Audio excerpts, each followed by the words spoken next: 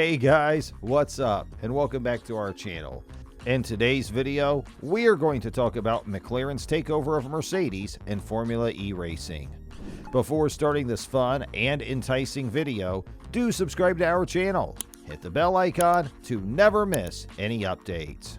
McLaren announced on Saturday, i.e. May 14th, 2022, that McLaren will take over the title-winning Mercedes Formula E team and enter the all-electric World Championship. Of course, McLaren is no stranger to auto racing. Fans have previously been able to watch their drivers in Formula One. Also, it will start a new Gen 3 era in its 9th season next year.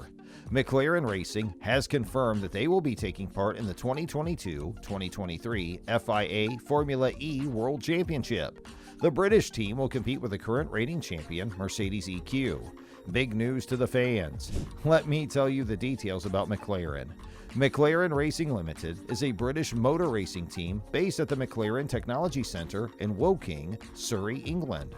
McLaren is best known as a Formula One constructor, the second oldest active team, and the second most successful Formula One team after Ferrari.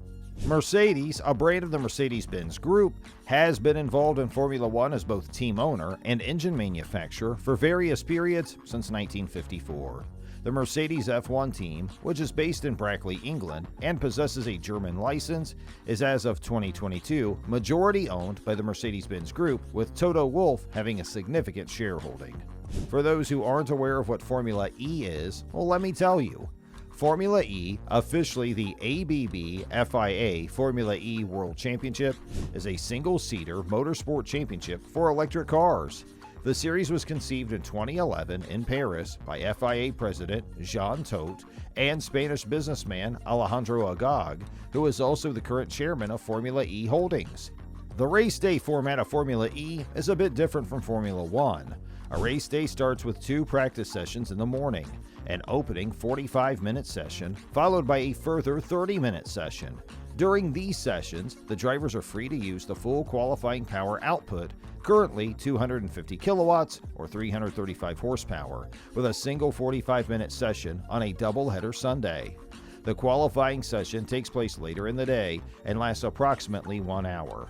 Points are awarded to the top 10 drivers using the standard FIA system: 25, 18, 15, 12, 10, 8, 6, 4, 2, and 1. The driver securing the pole position is also awarded 3 points, while the driver setting the fastest lap, if they finish in the top 10, additionally receives 1 point. In addition, for Season 6 and 7, 2019 through 2021, the driver achieving the fastest lap during group qualifying was awarded 1 point. The championship consists of both a driver's and team's championship. A driver's end-of-season total is made up of a driver's best results. A team's total is made up by counting both drivers' scores throughout the season. The Formula E Championship is currently contested by 11 teams with 2 drivers each. The current world champion is Mercedes. Fans can vote for their favorite driver in an online poll, which is done on the official website of Formula E, and the fan is the real king in this sport. You might already be aware of the Mercedes-McLaren alliance many years ago, and also about their split. However, let us recall the incredible story of how McLaren and Mercedes split up in Formula One. The Mercedes and McLaren alliance started in 1995. Mercedes owned 40% of the team at that time. At times over the 20 seasons, McLaren and Mercedes spent together in their first stint. They were always on the top of the points table. They were on the top of the world from 2007 to 2009. However, the relationship between McLaren's boss, Ross Dennis, and FIA president Max Mosley was always uneasy. Their personality clashed in every respective role they managed. All this led to the split up of the Mercedes-McLaren alliance. McLaren Racing is part of the McLaren Group, which includes the supercar manufacturer and is majority owned by Bahrain's sovereign wealth fund, Mumtalakat. Nissan, Jaguar, Porsche, Mahindra, Stellantis-owned DS, Maserati, and China's NIO are the manufacturers so far signed up for 2023, when a $13 million cost cap will be in place for the 12 teams. Another great news for the fans is that Rene Rast is set for a return to Formula E in 2023 and is in discussions to take a seat with the newly confirmed McLaren Formula E team that was unveiled last Saturday in Berlin.